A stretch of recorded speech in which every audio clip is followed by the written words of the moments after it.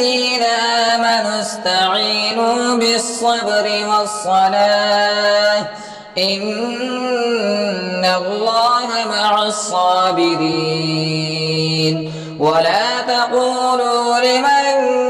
يقتل في سبيل الله أموات بل أحياء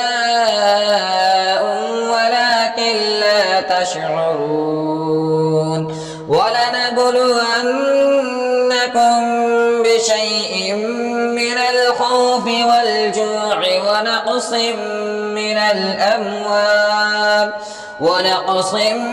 من الأموال والأنفس والثمرات وبشر الصابرين الذين إذا أصابتهم مصيبة قالوا